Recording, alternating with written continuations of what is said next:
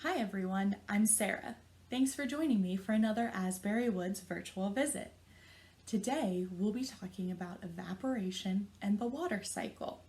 We're also going to learn a little bit about how evaporation helps Asbury Woods with a really delicious process every spring. Let's get started.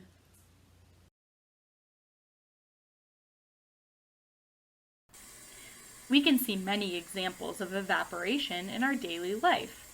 Here in the shower, the hot water turned to steam, another name for water vapor.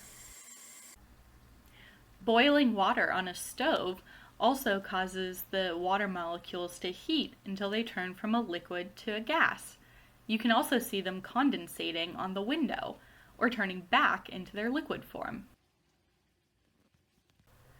Let's do an experiment to learn more about evaporation. For this experiment, you'll need about half a tablespoon of water, a plate or bowl to put the water in, and a nice sunny spot to conduct your experiment. This is the water that I set in a sunny window after 1 hour. I marked the first spot that the water reached with a black line.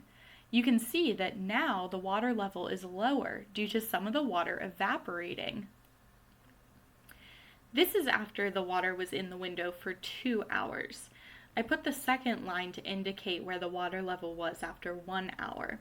There wasn't much change in the second hour because the sun was behind clouds for most of the time.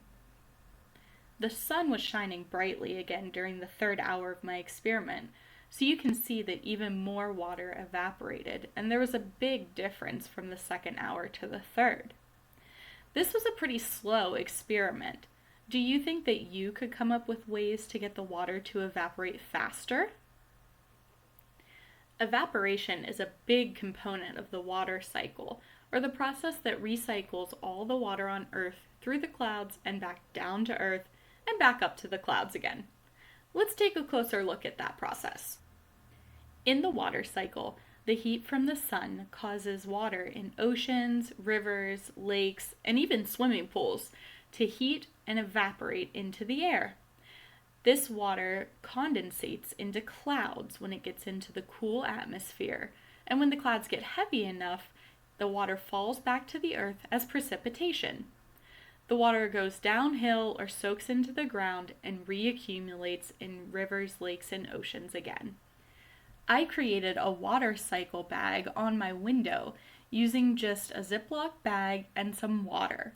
You'll see in this time lapse that a little bit of the water evaporates up into the bag and condensates up where I have the clouds drawn before running back down into the water reservoir.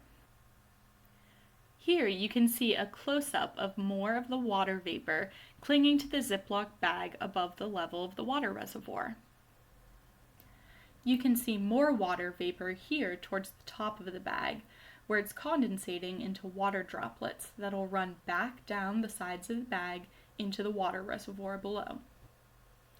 Every spring at Asbury Woods, we use evaporation to make a really delicious product, maple syrup.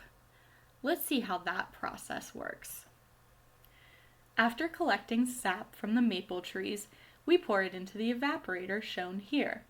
Sap only has about a 2% sugar content, which doesn't taste very sweet to us. So we build a large fire in the evaporator to evaporate the water out of the liquid. The sugar molecules don't evaporate, so they stay in the liquid in the evaporator pan. Making maple syrup is not a fast process, and we often have to boil for over 6 hours before beginning to draw off maple syrup from the evaporator pan. Finished maple syrup has a sugar content of about 66%.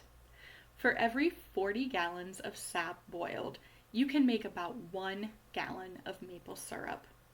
That means that 39 gallons of water are evaporated out of the sap before the syrup is finished. That's a lot of evaporation. Thanks for joining me for another Asbury Woods virtual visit. Once the Nature Center is open again, be sure to check out the Squeaky Frog gift shop for all of your local maple syrup needs. Until then, stay safe, And keep an eye on our Asbury Woods website for more ways to enjoy nature from home.